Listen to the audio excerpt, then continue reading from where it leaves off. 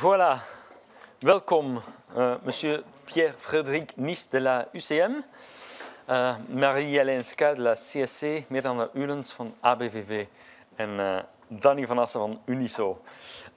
Het spreekt voor zich dat ik met u eventjes ook wil hebben, en laten we vooral daarmee starten, met de uitdagingen die typisch zijn voor de KMO's. En laat me misschien inpikken op wat in het vorige debat daarnet is gezegd door meneer Botterman. Une politique de prévention est nécessaire tout au long de la carrière. On l'a vu ce matin, pour éviter que les travailleurs ne puissent plus travailler. En fait, est-ce plus difficile de le réaliser dans une entreprise, dans une petite entreprise, un PME, une PME, un PME, une PME, que dans d'autres entreprises? Monsieur Nist. Bonjour et merci de me donner la parole en premier lieu. Alors, vous constaterez que je serai un peu dans l'obligation d'écourter mes propos parce que je n'ai plus de voix. Oui. Alors, on va essayer de faire... Vous avez fait la fête hier Hélas, non. Je crois que c'est l'air conditionné de la voiture qui a été un peu trop fort. Alors, j'ai suivi le débat tout à l'heure, bien que je n'ai pas pu être là dès le début. Je pense que c'est vraiment fondamental aujourd'hui. On a un marché du travail qui est effectivement très compliqué. Et en ce qui concerne les employeurs, on a des grandes entreprises, des moyennes entreprises et des très petites entreprises. Et chez UCM, on utilise toujours une formule qui est de dire qu'une PME n'est pas une grande entreprise avec ou en modèle réduit. Donc tout ce qui est valable et bien pour les grandes entreprises ne peut pas être transposé en divisant par 2, par 3, par 10 pour les PME. Il faut des règles spécifiques impérativement pour les PME. Et donc, oui, à certains moments, sur certains points, c'est plus difficile dans les PME. L'adaptation est plus difficile dans les PME. Et on constate aussi, et je veux être tout à fait positif, qu'on a des résultats aussi parfois plus rapides et des résultats plus pérennes dans les PME. Ça veut dire qu'on peut fonctionner beaucoup plus facilement.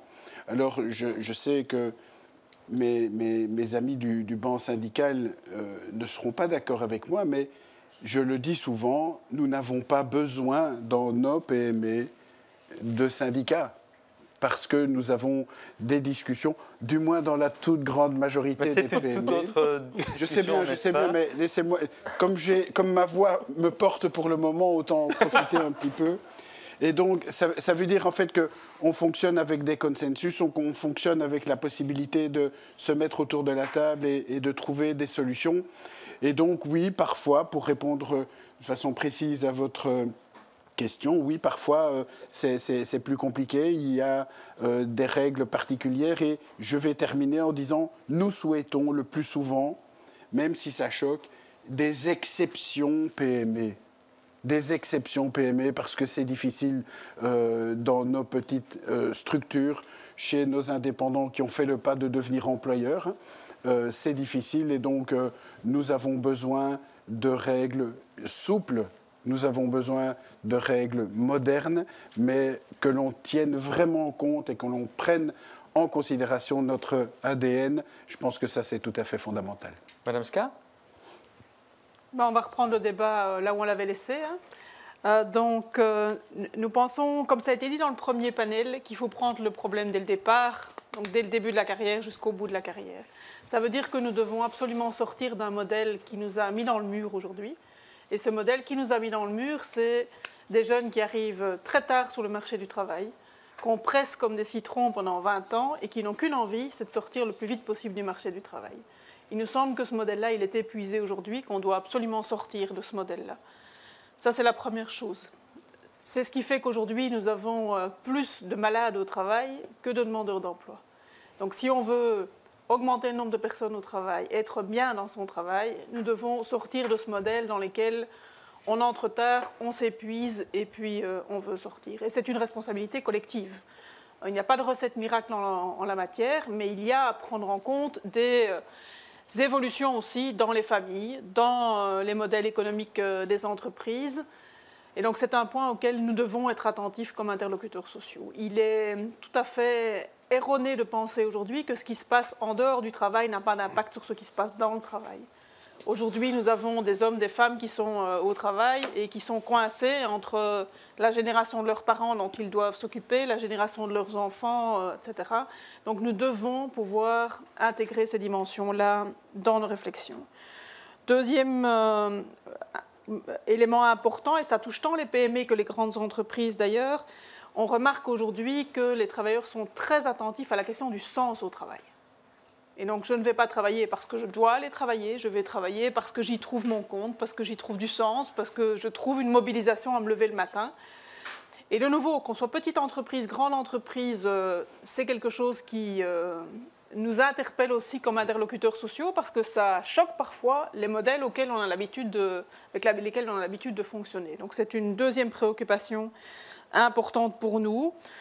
Et donc, ça veut dire aussi qu'on doit passer de la contrainte à la possibilité sur tout un certain nombre de points, que ce soit sur les questions de temps de travail, sur les questions de formation, sur les questions d'accompagnement de carrière.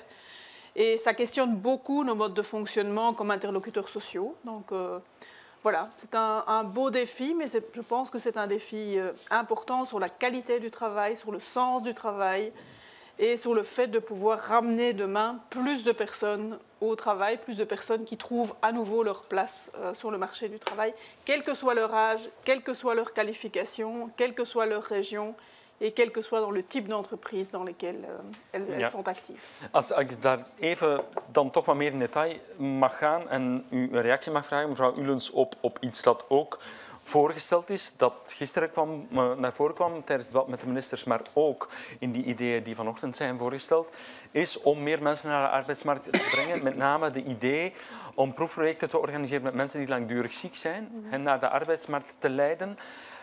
Omdat zij vandaag in de situatie zitten dat van zodra ze werk aanvaarden dat ze hun uitkering verliezen. Vindt u het een goed idee om inderdaad die mensen naar de arbeidsmarkt toe te leiden en daarbij de mogelijkheid te voorzien dat ze niet meteen hun uitkering verliezen? Kijk, eerst en vooral heeft men hetzelfde geprobeerd met de mensen die zonder job waren. Hè. Iemand valt zonder job niet omdat hij het wil, maar omdat hij geen deftige job vindt die hij kan bereiken. Iemand is langdurig ziek, niet omdat ze het willen, maar omdat ze ziek zijn. Maar ze willen misschien wel graag terug aan het werk, terwijl die en mogelijkheid ze willen waarschijnlijk graag terug aan het werk. Verliezen. En dus dan kan moet je ervoor zorgen, preventief natuurlijk, dat mensen niet ziek vallen. Ik denk bijvoorbeeld, wat is er gebeurd rond heel de historie van 3M in Vlaanderen.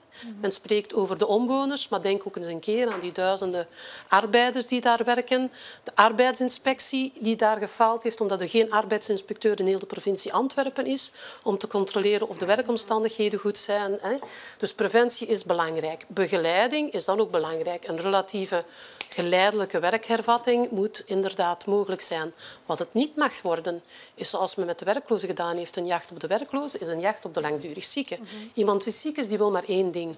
Dat is gezond terug aan het werk gaan. Dat is het enige wat men wil. En nu focussen op het feit dat er zo'n grote hoeveelheid mensen zijn die langdurig ziek zijn, dat heeft ook andere oorzaken. Bijvoorbeeld, 7 jaar geleden hebben wij al op tafel gelegd dat burn-out moest erkend worden als beroepsziekte. Waardoor dat je dat beter kan omkaderen, waardoor dat je maatregelen kan uitrollen om dat te voorkomen en waardoor dat je een betere opvolging hebt. Dus dat moet eigenlijk met meerdere facetten bekeken worden. Heel simpel zeggen, rechtlijnig, lineair, 500.000 langdurig zieken, zoveel knelpuntberoepen en we gaan die matchen, zo werkt het niet. Want er is hier wel straks ook wel heel duidelijk geweest. Er is niemand die zegt dat perfect communicerende vaten moeten zijn. Hè? Nee, maar gewoon de mogelijkheid geven aan sommige mensen is misschien een stap voorwaarts. Maar met een omkadering en in overleg en afspraak of met de delegatie op het terrein en met de persoon in kwestie. Dat is uitermate belangrijk. Maar wat we niet willen is opnieuw zeggen van zoveel zieken, daar moet iets mee te doen zijn. En dus hebben we een één-op-één oplossing, want zo werkt het niet. Ja. Hè. Vorming is bijvoorbeeld straks ook aan bod gekomen, is uitermate belangrijk. En ik hoorde dan onze collega Anne Leonard zeggen, preventieve vorming, vorming op sectorvlak, vormingrechten, individuele vormingsdagen, recht daarop. Dat is allemaal heel belangrijk om op langere termijn te investeren om ervoor te zorgen, inderdaad. Maar u wil dan meewerken aan zoveel mogelijk mensen naar de arbeidsmarkt, bijvoorbeeld om de pensioenen betaalbaar Wij te houden? willen vooral dat als de arbeidsmarkt een hoger cijfer nodig heeft dan dat er op dit ogenblik is, en zoals Anne Leonard zei, mag geen fetish zijn, dat cijfer. Het is belangrijk dat iedereen een volwaardige job heeft met een volwaardig statuut, met goede werkomstandigheden en met een goed loon.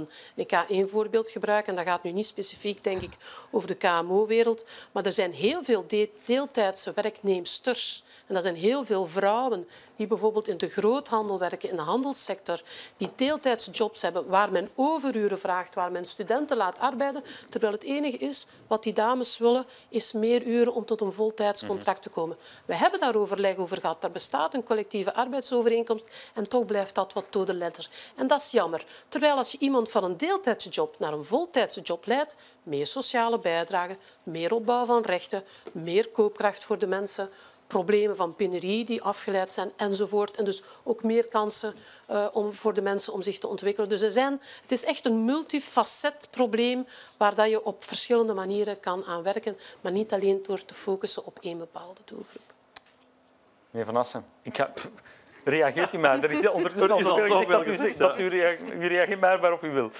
Wel, eigenlijk wat ik wou meegeven als een van de zaken, en ik moet zeggen, ik schrik van een aantal zaken die Miranda nu zegt, een van de positieve zaken die ik uit de werkgroepen had onthouden van de afgelopen dag, is dat we eigenlijk met z'n allen zeggen dat gaan werken goed is. En we moeten niet alleen gaan werken omdat we die 80% werkzaamheids- of werkgelegenheidsgraad moeten halen. Werken is goed, want werken zorgt voor uw inkomen. De beste manier om niet arm te zijn is om een baan te hebben. Werken zorgt ook voor uw sociaal contact. Werken zorgt ervoor dat u zin geeft aan uw leven. Dus wanneer we zeggen dat we eigenlijk moeten streven naar een zo volledig mogelijke loopbaan, ja, dan gaat dat niet alleen over het betalen van de sociale zekerheid, maar dan gaat het eigenlijk over het welzijn van zoveel mogelijk mensen. En vandaar dat ik een beetje schrik van altijd. Maar het is wederzijds. Het is wederzijds. Ik ga proberen het. Wel, als we bijvoorbeeld het voorbeeld nemen van de langdurig zieken, en ik geloof dat mevrouw Krivits er gisteren ook naar verwezen heeft, wel 1/3 van de langdurig zieken geeft zelf aan dat ze niet liever willen dan bijvoorbeeld terug aan de slag te gaan. En dan moet je gaan kijken van oké, op welke manier kan je dat doen?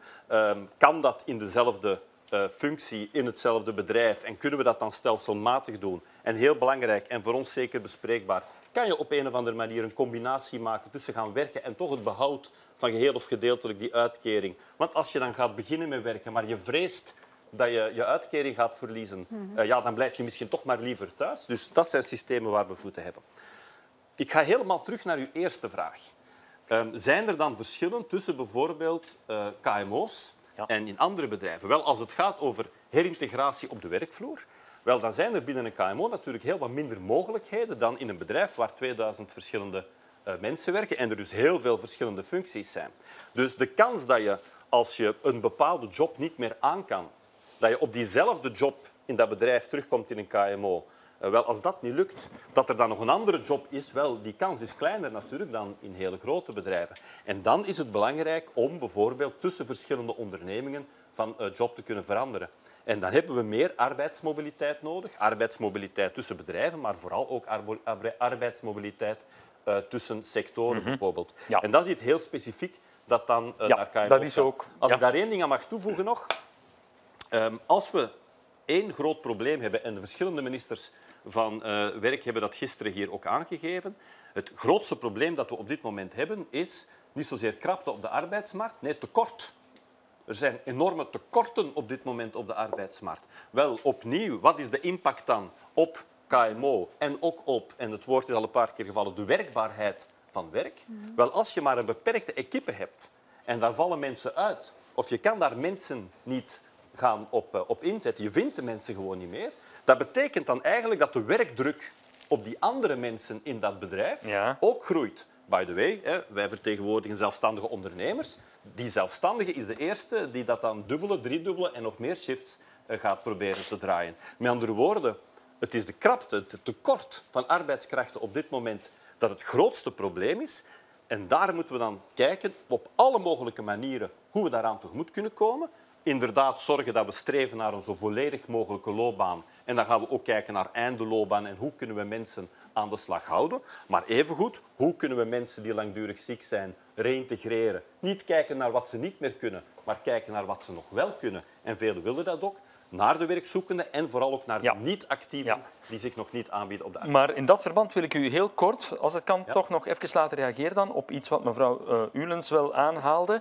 Wat ook naar voren kwam in die werkgroepen, dat is dat inderdaad heel veel vrouwen vaak in deeltijdse jobs terechtkomen en heel vaak onvrijwillig.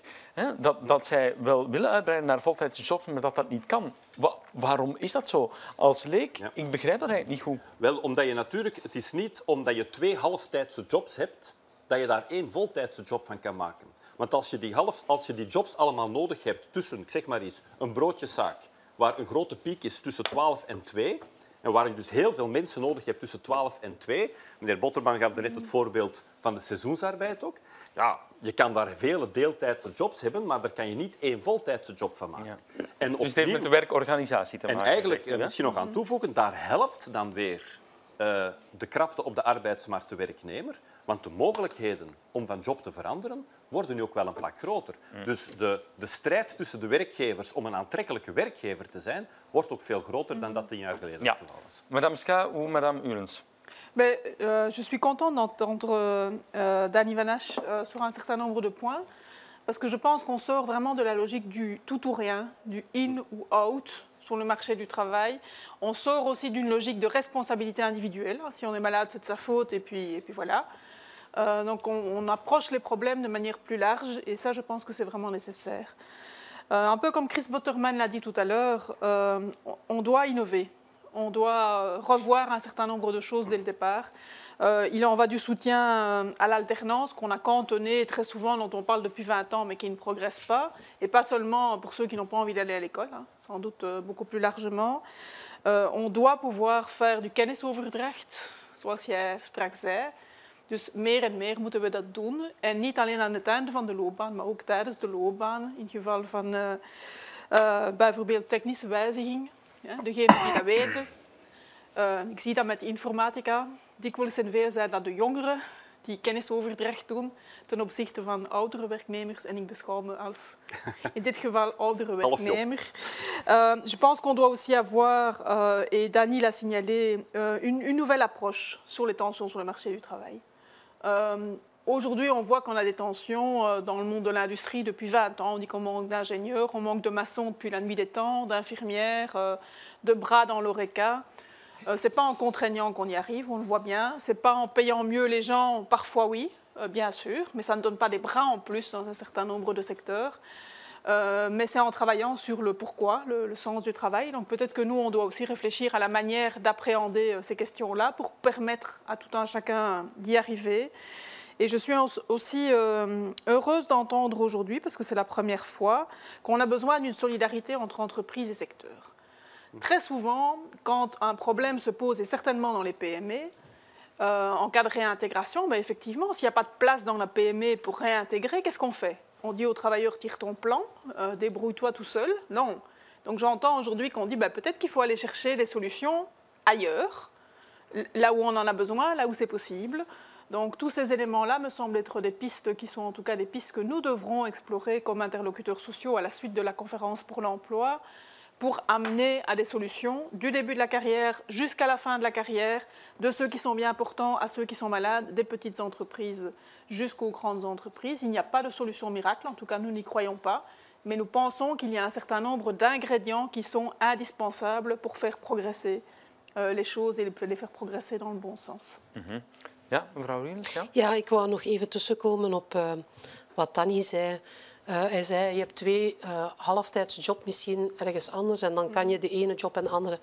Maar je moet daar ook nog geraken. Hè?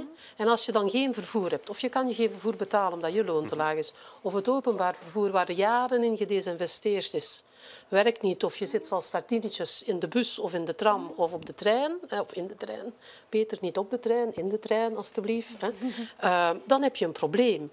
Dus investeren in de openbare dienstverlening, zoals bijvoorbeeld in het vervoer, zoals bijvoorbeeld in de opvang, kan ook meehelpen aan het beter toeleiden van mensen naar een job. Hè. Ja.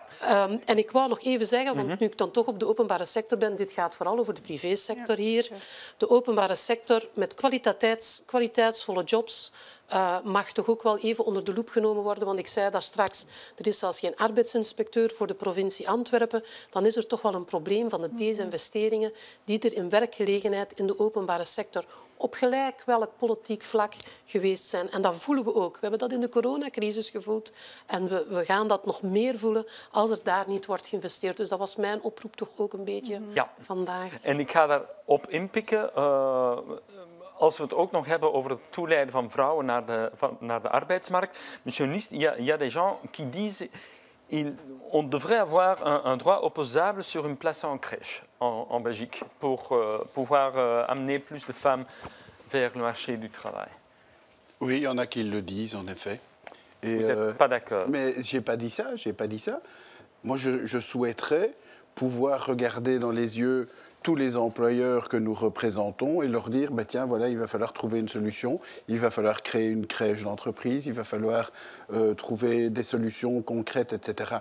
Et franchement, je pense qu'on y arrivera, il faudra le temps, mais ça va être difficile. Ça va être difficile pour des questions de moyens. Mais fondamentalement, je pense que les choses sont en train ou doivent bouger. Je partage l'idée de Marie-Hélène qui est de dire qu'on doit avoir une nouvelle approche. C'est vraiment un exemple d'une nouvelle approche. Et allons plus loin. Ce qui se passe de bien dans une entreprise doit pouvoir être utilisé comme modèle dans une autre. Et dans nos petites structures, on souhaite vraiment développer un réseautage. Parce qu'une crèche dans une PME, ça va jamais se faire. C'est impossible ou c'est quasi impossible. Par contre, si une dizaine de PME se regroupent, alors là, ça devient intéressant. Ça, c'est possible. Et donc, on doit effectivement travailler sur ce réseau d'entreprises. On peut parler de groupement d'employeurs aussi, hein. Sortons des crèches, hein, et allons voir. Et pourquoi pas? Alors, c'est un outil qui est utilisé. Il est mal utilisé, à mon sens, et pas assez bien utilisé. Je vais être très clair par rapport à ça. Mais en ce qui concerne les plus petits, l'union fait la force. Hein, ça reste encore quelque chose d'important. Et je pense qu'il y a peut-être des solutions par rapport à ces éléments-là. Je voudrais juste, parce qu'on a abordé un peu les métiers en pénurie, les difficultés, etc., en disant sanctionner, ce n'est pas une bonne chose. J'entends ça. Inciter, c'est mieux, mais ce n'est pas parfait. Ben oui, donner des sous comme ça directement, ce n'est pas évident.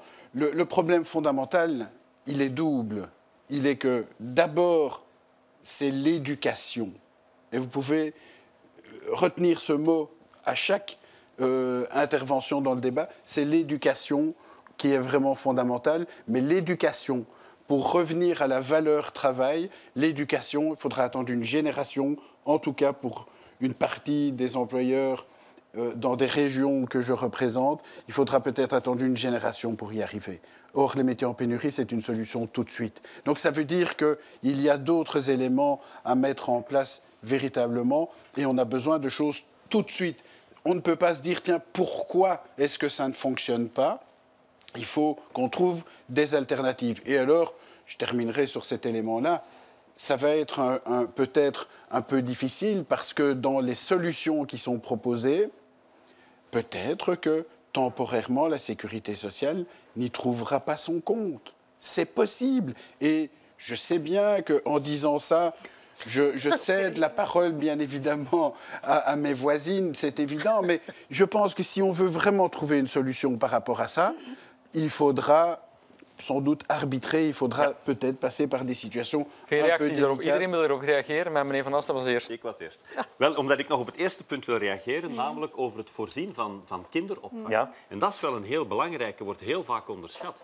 Wanneer we mensen willen aanzetten om te gaan werken, en ik had het net ook nog over die hele grote categorie van mensen die in geen enkel statuut zitten, die niet werkzoekend zijn, die niet ziek zijn, maar die gewoon nog niet actief zijn op de arbeidsmarkt, binnen de arbeidsleeftijd, maar niet niet aan het studeren. Wel, hoe kunnen we die aanzetten om toch actief te zijn op de arbeidsmarkt? Wel, heel vaak zijn dat alleenstaande ouders. Ook als we kijken van waar zijn er eventueel nog mogelijke working poor in ons land, wel, dan komen we terug dat dat vooral zit in eenoudergezinnen.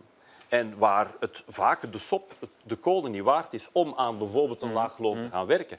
Wel, waar is dat het grote probleem? Wel, als je gaat werken, is een kind duurder dan wanneer je niet gaat werken. Dus als we die mensen op de arbeidsmarkt willen binnentrekken, en dat willen we absoluut, want dan kunnen zij ook een groei doormaken, dan kunnen zij ook hun eigen toekomst gaan verzekeren, dan moeten we ervoor zorgen dat als je gaat werken, dat kinderen niet duurder zijn dan wanneer je niet gaat werken. En dat is een oproep aan vooral aan de ministers die hier gisteren aan tafel zaten, Vlaanderen, Wallonië, Brussel en de Duitsstalige gemeenschap. Zorg ervoor dat je bijvoorbeeld met je groeipakket in Vlaanderen, met je kinderbijslag, ook inzet dat wanneer mensen gaan werken en een laag inkomen hebben, wel dat er daar een vergoeding voor is om die hogere kost te gaan compenseren. Zorg ervoor dat er voldoende kinderopvang is, zodat dat geen drempel is om toe te treden op de arbeidsmarkt. Maar duidelijk, die rekening moet voor u bij de staat komen en niet bijvoorbeeld bij ondernemingen die samenwerken? Of is dat ook een mogelijkheid? Wel, ondernemingen die samenwerken kunnen, en dat is dan binnen wat ik daarnet zei, dat werkgevers willen aantrekkelijk zijn om te proberen mensen aan te trekken. Maar je moet wel weten, elke euro die uitgegeven wordt binnen een KMO bijvoorbeeld, die moet ook opnieuw verdiend worden. Dus wanneer je meer gaat investeren in dat soort van zaken, ja, dan gaat je productie of je diensten duurder worden. Dus het een is altijd gelieerd met het andere. Hier denk ik dat het arbeidsmarktbeleid is en dat kijken naar kinderbijslag, kijken naar opvang enzovoort, een onderdeel is van arbeidsmarktbeleid. Een tweede puntje waar ik op wil ingaan, wat Miranda zei, is men moet er ook raken. Ik ben het volledig met u eens, dat mag eens een keer gezegd worden. Hè. Bijvoorbeeld openbaar vervoer is onwaarschijnlijk belangrijk. En het is ook onwaarschijnlijk belangrijk omdat we al tientallen jaren iets heel eigenaardigs zien. Namelijk dat we in Vlaanderen een enorm tekort hebben in bepaalde regio's aan werknemers. En dat we eigenlijk een groter aanbod aan werknemers hebben, werkzoekenden hebben in Wallonië en in Brussel. En dat men bijvoorbeeld er nog altijd niet in slaagt om dat overaanbod in Brussel tot in Vlaanderen te krijgen. Dat men mensen uit Henegouwen niet tot in West-Vlaanderen krijgt, terwijl de Noord-Fransen wel naar West-Vlaanderen komen. Wel, dat is iets, die interregionale arbeidsmobiliteit, die we moeten aanpakken. Ja. 100 jaar geleden zijn heel veel mensen verhuisd om in de borinage te gaan werken, om in Brussel te gaan werken. We hebben nu betere mobiliteitsmogelijkheden. We hoeven niet meer te gaan verhuizen. We zouden gewoon heen en weer kunnen rijden met de trein, met de auto, om het even wat. Maar men doet het niet meer. Het gebeurt niet. Ja. En dit is een van de grote zaken die we volgens mij moeten aanpakken. Ja. De vele werkzoekenden in het Franstalige gedeelte. Taal mag geen probleem zijn. Ik heb minister Claire Failly gisteren horen zeggen we moeten meer inzetten op Nederlands in Brussel. Dan kan men ook meer in Vlaanderen gaan werken. Ik zeg aan onze werkgevers, laat taalkennis ook geen hinderpaal zijn om mensen aan te werven. Ze gaan dat Nederlands wel leren op de werkvloer. Dat komt vanzelf. Ja. U mag reageren, Abdij, maar alsjeblieft kort, want eigenlijk zit onze tijd er alweer op. Oké, dan wou ik twee dingen zeggen. Omdat het toch ook wel gaat over waarom is dat cijfer in dat regeerakkoord gekomen. Dat zal de minister beter weten dan ik. Maar het gaat inderdaad om ervoor te zorgen dat meer mensen aan het werk zijn, betere koopkracht, financiering van de sociale zekerheid. Ik hoorde net meneer Niest zeggen van kijk, de sociale zekerheid is daar toch wel een belangrijke in. Inderdaad, we hebben nu gezien wat deze sociale zekerheid ons gegeven heeft als sociale bescherming. En dan zien we toch ook wel, zeker bij precaire contracten, dat de sociale bijdrage niet op dezelfde manier geïnd wordt. Hè, dus dat die niet zo hoog ligt.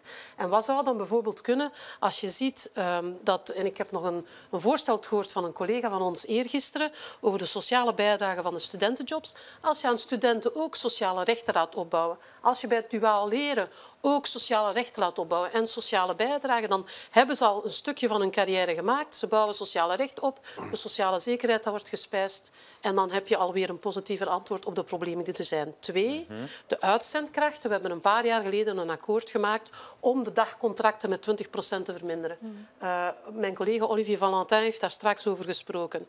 Wel, we zien dat dat niet gebeurd is. We zien dat er heel veel mensen die in dagcontracten zijn, die dus 's avonds niet weten of ze sanderen daags en om hoe laat ze kunnen beginnen. Wel, in plaats van gezien dat het akkoord niet gewerkt heeft, laat ons dan zeggen, als het niet gewerkt heeft, laat ons dan jammer genoeg kijken of we niet met een sanctie kunnen verder gaan en een soort bijvoorbeeld flexiepremie invoeren. En dat is deze keer niet de premie, zoals jullie denk ik zien zijn oogjes al blinken. Maar nee, dat is het niet. De flexiepremie zou eventueel zijn voor de ondernemingen die engagementen niet respecteren en de uitzendkantoren die engagementen niet respecteren, dat zij een bijdrage doen en aan de sociale zekerheid en bijvoorbeeld aan het fonds op sectorvlak om initiatieven te nemen om uitzendkrachten beter te kaderen. Maar is ook gezegd... Want de precaire statuten, er is geen enkele ouder die voor zijn of haar kind wenst dat men dag in dag uit, week in week uit als uitzendkracht gaat werken. Men wil een volwaardige job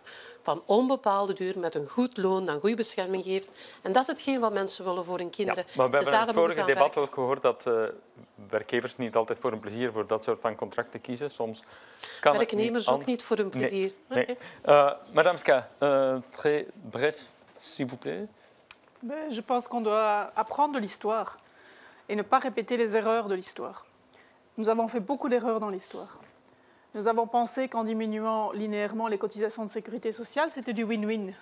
C'est du win-win pour l'employeur, pour le travailleur parfois, mais il y a quand même quelqu'un qui ne perçoit plus ces cotisations, et c'est l'État. Et donc, qu'est-ce que ça a comme conséquence? Ça a comme conséquence que ça nous amène des débats sur comment est-ce qu'on finance les pensions, comment est-ce qu'on finance la protection sociale. Donc, ne recommettons pas ces débats-là et ne revenons pas avec des propositions qui visent de nouveau à confondre du net et du brut, à diminuer des cotisations qui sont versées, parce qu'à un moment donné, on en paye toutes et tous l'addition. Deux, je ne pense pas que ce soit le rôle des employeurs de construire des crèches, etc. Mais par contre, c'est le rôle des pouvoirs publics que de pouvoir mettre à disposition un certain nombre d'infrastructures collectives, qu'elles soient des milieux d'accueil, qu'elles soient des transports en commun, qu'elles soient des infrastructures pour les personnes âgées, de manière à permettre à ceux et celles qui doivent travailler de le faire. Et donc, ça veut dire que chacun doit y contribuer. Donc, il faut revenir à des débats qui soient des débats un peu sereins, pas à des recettes du passé sur le sujet. Deux, il y a un élément que nous n'avons pas abordé maintenant, mais que nous devrions aborder. Ce n'est pas parce qu'on est dans des PME qu'on doit aller vers une individualisation complète de la relation de travail. Dany Vanhache l'a expliqué pour une partie de la carrière, sur la mesure du temps de travail, sur la déconnexion, sur le retour au travail. On ne peut pas être simplement dans de l'individuel. Il faut qu'on puisse créer des cadres collectifs qui puissent être flexibles, qui puissent être adaptés, mais de manière à ce que les uns et les autres puissent s'y retrouver et qu'il y ait des règles du jeu qui soient fixées. Les règles du jeu, elles ne peuvent pas juste être laissées aux acteurs sur le terrain, sinon on sent qu'il y a une disproportion beaucoup trop importante. Et le corona nous l'a montré. Trop souvent aujourd'hui, beaucoup de travailleurs sont laissés à eux-mêmes avec l'injonction simplement de dire faites le travail et puis arrangez-vous comme vous pouvez pour que ce travail soit fait. Donc on revient sans cesse à cette question du sens du travail. Si on veut être plus nombreux et plus nombreuses au travail demain, il faut que ça puisse refaire sens pour les uns et les autres. Donc je sais que ça nous éloigne parfois un petit peu des questions très pratico-pratiques, mais si nous n'avons pas la même vision de ce vers quoi nous devons aller, nous ne trouverons pas non plus ensemble les solutions de demain pour le monde du travail d'aujourd'hui et le monde du travail de demain, et c'est vers ça que nous devons tendre. Donc j'ai entendu des propositions dès le début de la carrière, nous en avons fait aussi dans les groupes de travail, bien évidemment, et j'espère que le résultat de ces groupes de travail ne sera pas perdu pour la suite de cette conférence pour l'emploi. C'est la première conférence pour l'emploi, donc si elle pouvait au moins conduire à ce que nous ayons des balises, des visions relativement communes et des constats communs, alors ça nous permet ensuite de construire un certain nombre d'éléments de réponse, ensemble avec les régions, ensemble avec le fédéral, ensemble avec les secteurs et les interlocuteurs sociaux. Pleidooi voor sociaal overleg en om dat vol te houden in dit kader. Omdat je het zo vriendelijk vraagt, heel kort. Heel kort. Ik ga verder op het elan van Marie-Hélène. Wij werken om te leven en niet omgekeerd. En waar ik ook voor oproep, is dat men de verschillende generaties niet in verschillende hokjes steekt. Jongeren hebben het moeilijk onder de 35 jaar om een job te vinden die hen zekerheid geeft voor de toekomst en waar ze een leven kunnen mee opbouwen. De ouderen hebben het moeilijk omdat sommigen effectief een auto wordt ook opgebruikt en op een zeker moment zit er sleet op een lichaam. Dus oudere mensen hebben het ook moeilijk en daar moeten oplossingen voor gevonden worden. Maar niet vergeten de sandwich-generatie tussen de 35 en de 55 jaar die alles over zich heen Daar krijgen. is ruim de nadruk op gelegd vanochtend. Voilà. Heel de loopbaan moet er gedacht worden aan werkbaar werk. Hartelijk dank. Eén zin. Werken is geen straf. Dat wil ik daar toch aan toevoegen. Ja. Dank u wel, meneer Van Assen, mevrouw Ulens, madame Ska, monsieur List. En we gaan naar het volgende en laatste debat. Ook hier even de desk schoonmaken. En dan mogen de volgende gasten aan tafel komen.